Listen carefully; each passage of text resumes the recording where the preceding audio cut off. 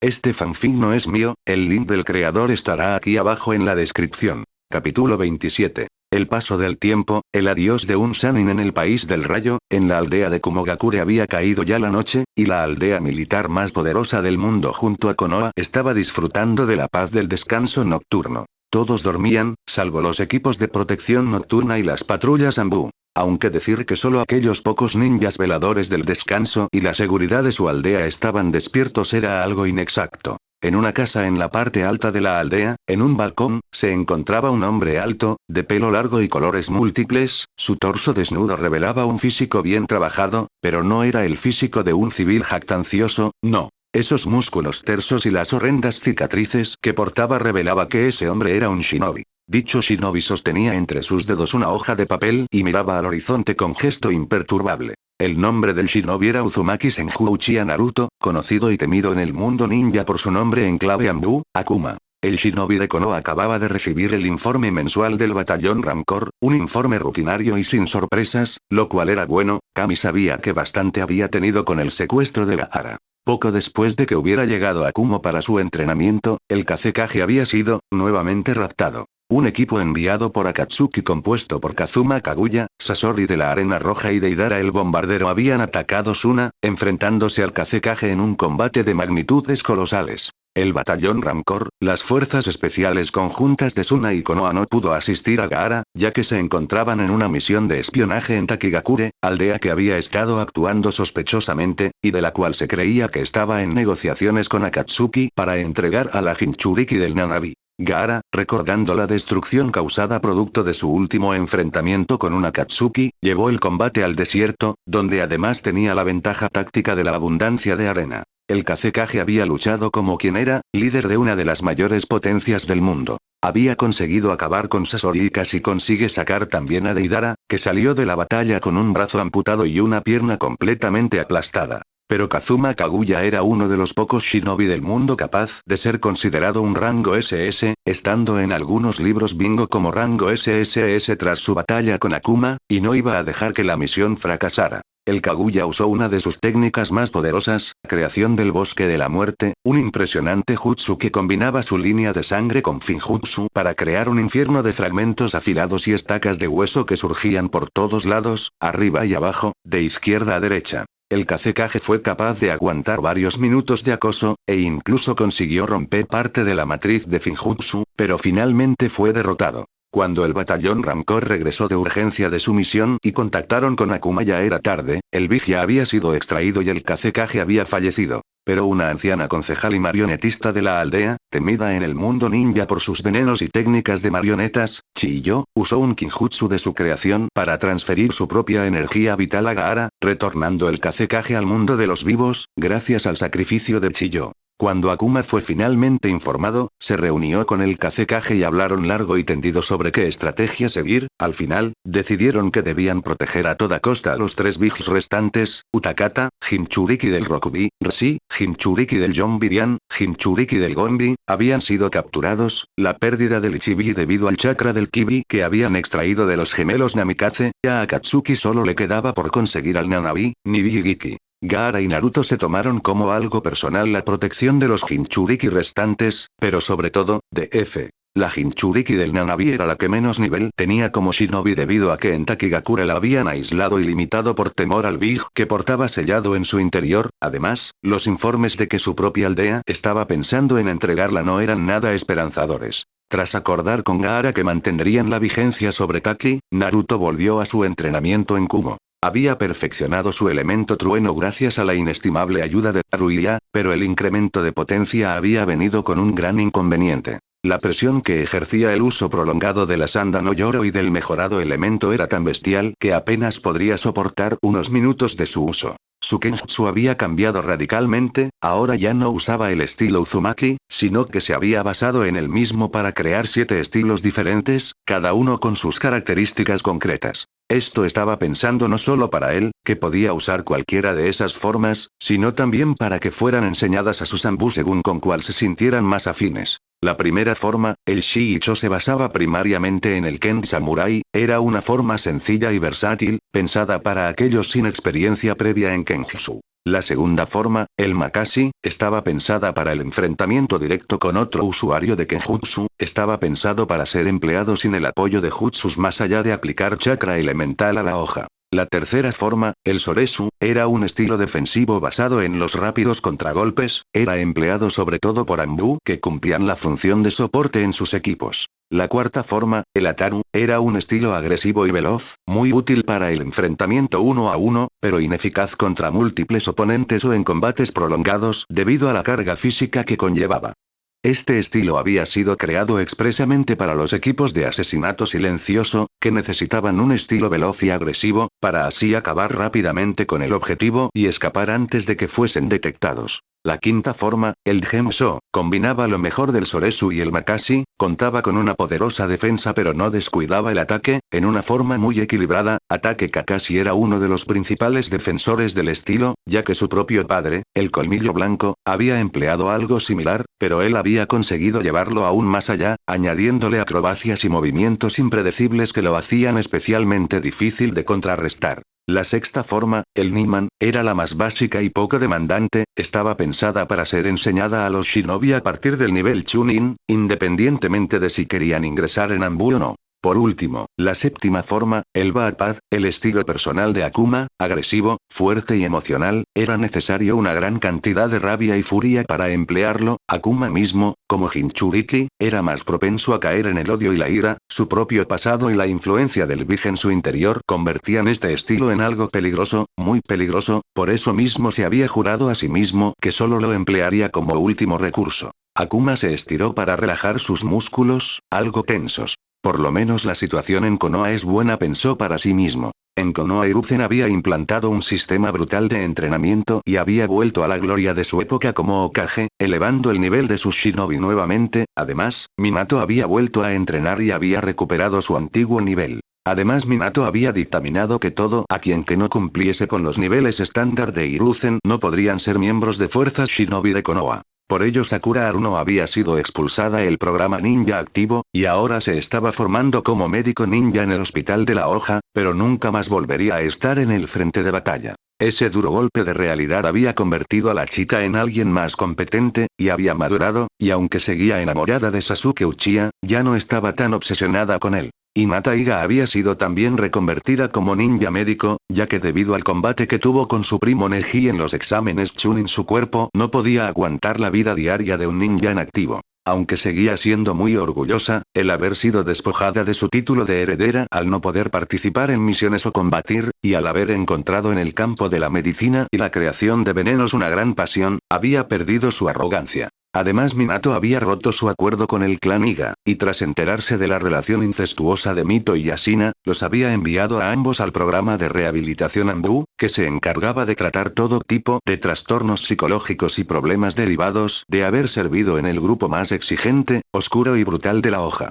Tras ser sometidos a ese programa, habían abandonado la relación que mantenían, y se habían convertido en unos chunin bastante competentes, aunque algo por debajo del nivel medio que había establecido Hiruzen, esto debido principalmente a su arrogancia, que había disminuido pero aún se mantenía. Kusina, tras ser expulsada del clan Uzumaki, había vuelto a entrenar, y aunque ya no poseía el mismo nivel con sus cadenas que poseía cuando era el líder del clan, podía decir que era una kunoichi de rango A por derecho propio. Jiraiya y Tsunade seguían como siempre, aunque el peliblanco había abandonado sus investigaciones y se había centrado completamente en su red de espías, se había dado cuenta de que una de las principales cosas que le perjudicaban como un ninja y persona era que era un pervertido, por lo que había decidido mantenerla bajo control férreamente. Por supuesto, eso no quitaba que seguía teniendo fantasías y manteniendo su sentido del humor. Tsunade, por su parte, había vuelto a alcanzar su nivel Sannin, además de restaurar el estatus del clan Senju y hacerse cargo de todos los asuntos que había dejado abandonados por décadas.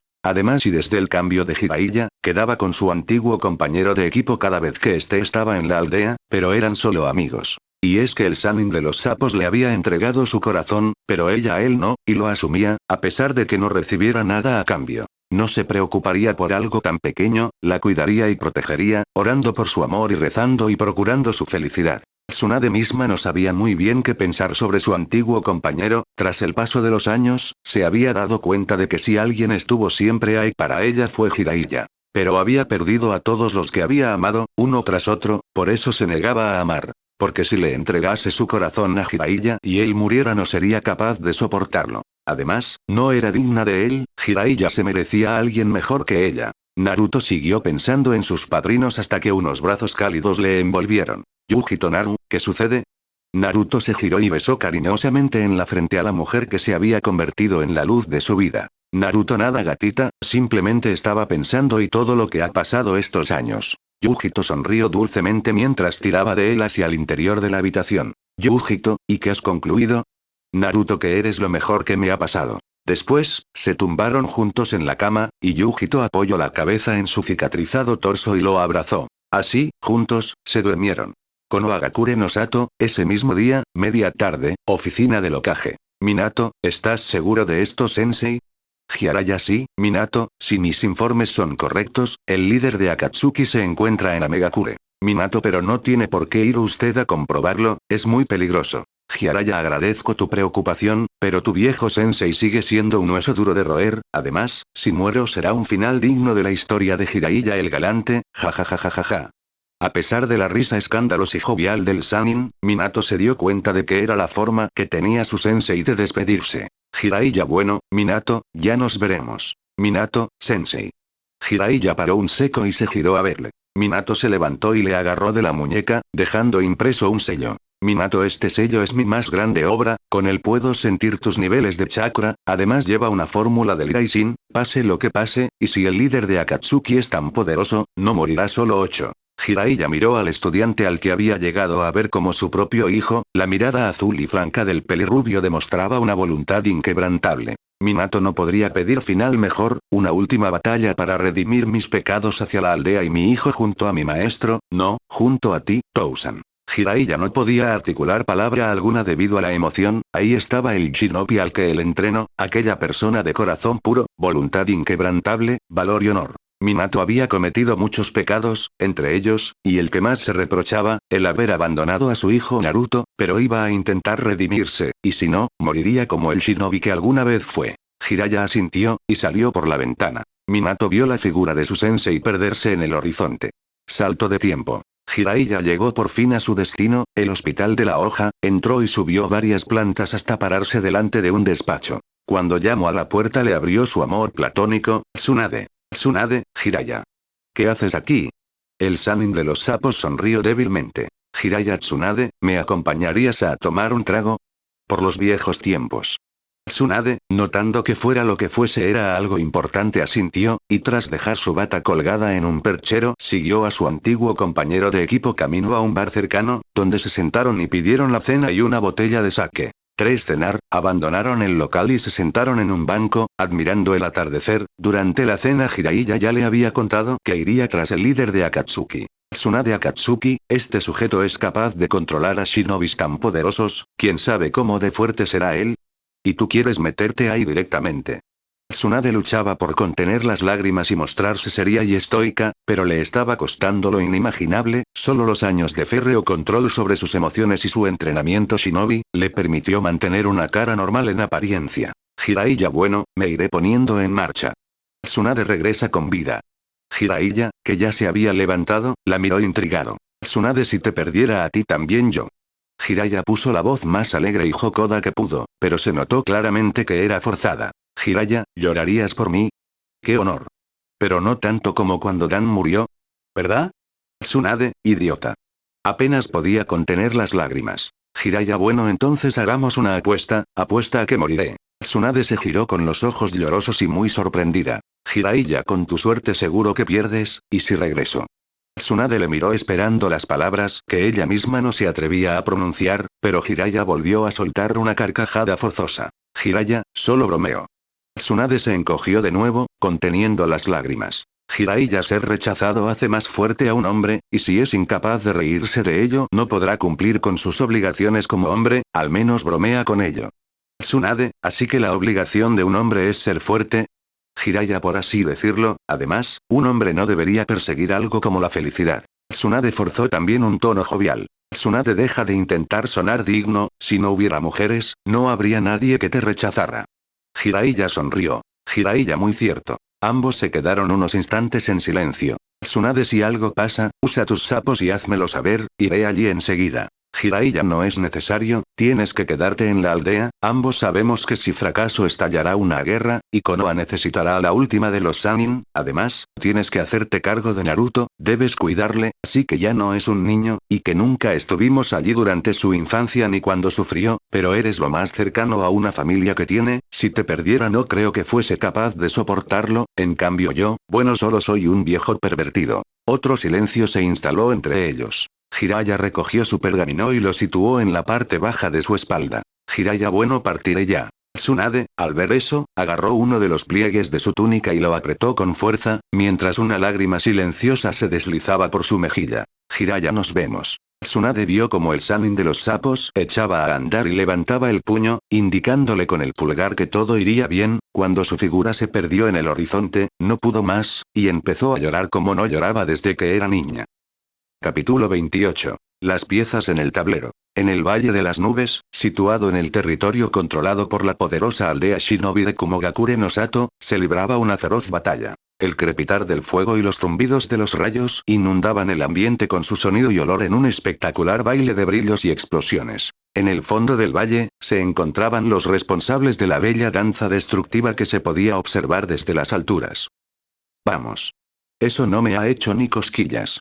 El oponente del hombre que había gritado esa provocación se levantó del suelo, su cuerpo apenas cubierto por una camiseta negra hecha jirones. A pesar de su estado, el joven sonrió, y con el dorso de la mano retiró la sangre que goteaba de sus labios. Después, salió disparado a una velocidad endiablada hacia su oponente, que, sin embargo, bloqueó el golpe del joven, y le propinó una fuerte patada que le hizo retroceder. Bien, chico, eso es suficiente por hoy. El joven asintió y se dejó caer al suelo y cerró los ojos, exhausto, hasta que la sombra del que hasta apenas unos instantes había sido su oponente le hizo abrirlos de nuevo. Sasuke Uchiha, desde el suelo, contempló la formidable figura del Raikage, que estaba frente a él con una gran sonrisa. Has mejorado mucho, Uchiha, pero tiendes a ir demasiado de frente, a pesar de poder usar jutsus de enorme poder. No debes de olvidar que la mayor arma de un shinobi, más aún de un Anbu, es el engaño, un kunai puede matar hasta un Kage si sabes cómo usarlo. El joven Uchiha asintió ante las sabias palabras de su maestro, que le ayudó a incorporarse. El hombre mayor parecía querer decir algo más, pero un estruendo en el otro extremo del valle hizo que ambos mirasen en dicha dirección. Ahí, entre el polvo, se podía vislumbrar una figura cubierta por una armadura, con el cabello bailando libre al viento. Dicha figura se encontraba rodeada por una serie de rayos negros y dorados. Instantes después, desapareció, y otro rugido ensordecedor resonó por el valle.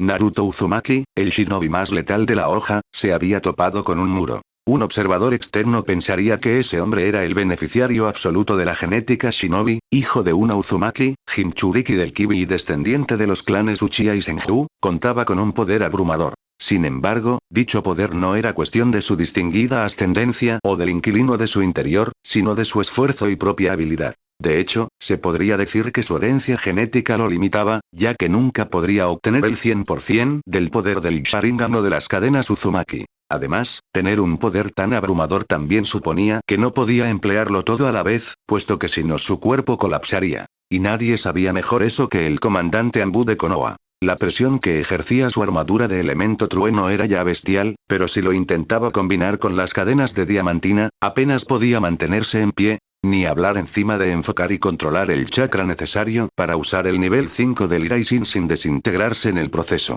Y era precisamente eso lo que estaba intentando controlar, pero hasta el momento no había logrado avance alguno. Furioso y frustrado, se volvió a levantar, pero una mano en su hombro detuvo su intención de probar de nuevo. Era que se había acercado hasta allí. Está bien, Naruto, es suficiente por hoy. El shinobi del país del fuego suspiró y asintió, el descanso era importante, además, en un par de días se celebraría la boda del heredero del país del rayo con la heredera del país del fuego y del viento, por lo que debía de estar en perfecto estado, ya que las probabilidades de que se produjera un atentado eran muy altas. Además, si llegaba destrozado, Yujito lo iba a matar, y no le apetecía ser devorado por un gato enorme de fuego azul, no otra vez, al menos. Así, el Ambu se resignó a no alcanzar su objetivo establecido para el día y sin mediar palabras se acercó a los otros dos shinobis allí presentes, les puso una mano en el hombro y usando el Iraishin les llevó hasta lo alto de la torre del Raikage. Tras dejar a su subordinado y al Raikage, Naruto se teletransportó a lo más alto de Kumogakure.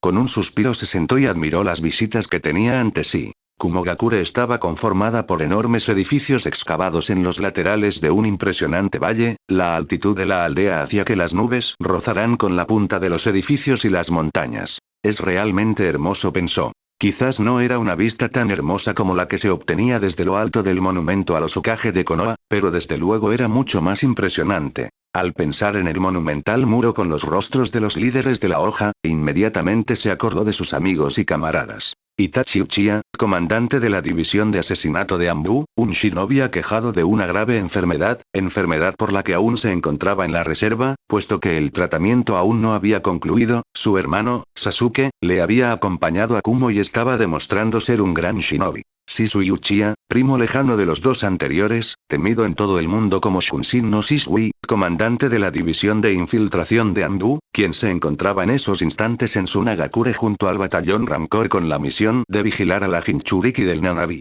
Kakashi Atake, segundo al mando de Ambu, quien estaba en Konoha para preservar la seguridad de la aldea junto a la policía militar comandada por Fugaku Uchiha. Todos ellos eran parte de su reducido grupo de confianza, hermanos en todo menos sangre. Por último pensó en sus padrinos, Tsunade Senju, su prima, nieta de Hashirama como él lo era de Tobirama, la mejor médico del mundo, y Jiraiya, maestro de su padre biológico, probablemente el Sannin más letal por su dominio sobre el Senjutsu, maestro de espías y legendario pervertido. Así como sabía dónde estaban todos sus amigos y maestros, así como su prima, desconocía dónde estaba su padrino, y no era por falta de intención, pero si el Sannin no quería que le encontrara, no había forma de que lo hiciera. Sacudió la cabeza, no tenía que preocuparse por el pervertido, era uno de los hombres más peligrosos del mundo, estaría a salvo. O eso esperaba. Takigakure. Al mismo tiempo que Naruto observaba la vastedad de las nubes, en las cercanías de Taki, se encontraba uno de las personas en las que pensaba, Shisui Uchiha, quien junto a Shikamaru Nara y Neji observaban sin ser percibidos la reunión que en ese instante tenía el consejo de Taki sobre qué hacer con su Jinchuriki, F. Consejero, yo digo que la entreguemos a Akatsuki. Todos sabemos de lo que Kakuzu es capaz. Y esta vez no está solo. Los murmullos de aceptación del resto del consejo no se hizo esperar, mientras, Shibuki, líder de la aldea, se mantenía impertérrito. Shibuki, no pienso permitirlo, además de que estaríamos traicionando a uno de los nuestros, entregar a F es armar al enemigo.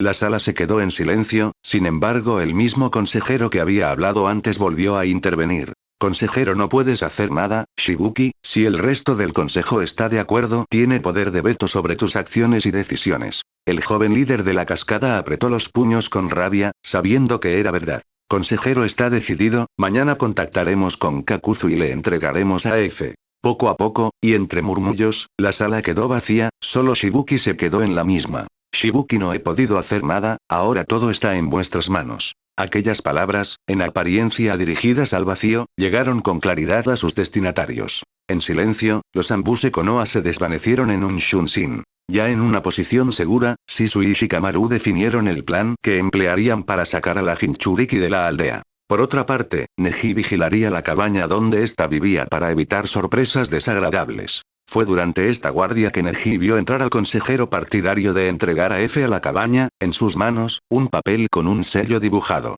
Neji siguió al hombre en silencio hasta el cuarto donde dormía F. El hombre se detuvo y puso el papel en la espalda de la chica, cuando lo hizo este brilló. Era un sello de bloqueo de chakra. Consejero, maldito demonio, mañana no serás ya más un problema, pero antes harás algo útil por una vez. Neji escuchó el susurro del hombre sin entender del todo sus intenciones, pero cuando vio que se llevaba la mano a la entrepierna, comprendió las intenciones del pérfido hombre. Quería violarla. Neji no dudó, quizás pondría en riesgo la misión, pero no iba a permitirlo. Antes de que el consejero pudiera siquiera darse cuenta, estaba muerto, su miembro al aire. El sonido ahogado que hizo al morir despertó a la chica, quien vio asustada al Ambu que sostenía el kunai que había cortado el cuello del consejero. Con terror vio que no se podía mover. Sin embargo, el Ambu le retiró el sello y le dio su espacio para reponerse del susto. Neji, tranquila, soy un Anbu de Konoha, he sido enviado por el Hokage y el Kazekage para garantizar tu seguridad, perdona el susto y el desastre. La chica asintió, asimilando lo que le había dicho, no había rastro de la burbujeante personalidad que normalmente la caracterizaba, aunque teniendo en cuenta las circunstancias no era extraño. Neji, también siento decirte esto, pero aquí no estás segura, Shibuki no puede protegerte más, nos ha pedido que te llevemos a Suna, el Kazekage nos está esperando a unos kilómetros de aquí, será mejor que nos demos prisa. Comprendiendo la gravedad de la situación, F recogió sus escasas pertenencias y abandonó junto al Anbu la casa que odiaba por haber sido su prisión durante años. En apenas un instante, llegaron hasta la posición de Shisui y Shikamaru, al ver a Neji acompañado de F, comprendieron que la situación había cambiado, y tras asegurarse de que no dejaban rastro de su presencia, se marcharon. El viaje fue tenso, pero sin incidentes. 2 horas después se encontraron con el Kazekage y el resto del batallón Rancor, y partieron hacia Suna. F no pudo evitar quedarse mirando con asombro todo, era la segunda vez que salía de su pueblo, y la vastedad del mundo la maravillaba. A la mañana siguiente llegaron a Suna, donde le otorgaron su propio apartamento al lado del que poseía Gaara. Amegakure. En contraste con la seca Suna, Jiraiya se encontraba en un pequeño bar en Amegakure, escuchando con discreción las conversaciones de los allí presentes, pero al ver que no contenían información relacionada con el objetivo de su visita, abandonó el pub.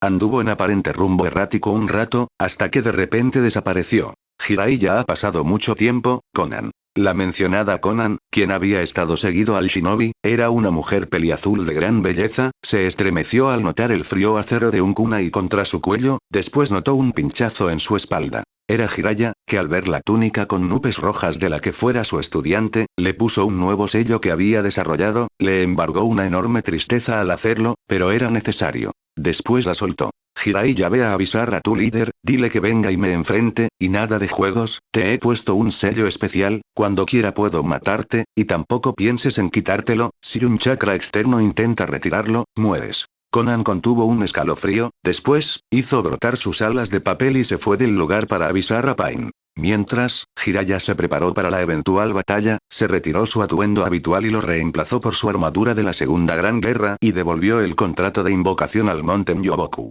Con un suspiro resignado hizo crujir su espalda. No sé por qué apoyas a Akatsuki, Conan, ni tampoco sé quién es el líder, pero da lo mismo.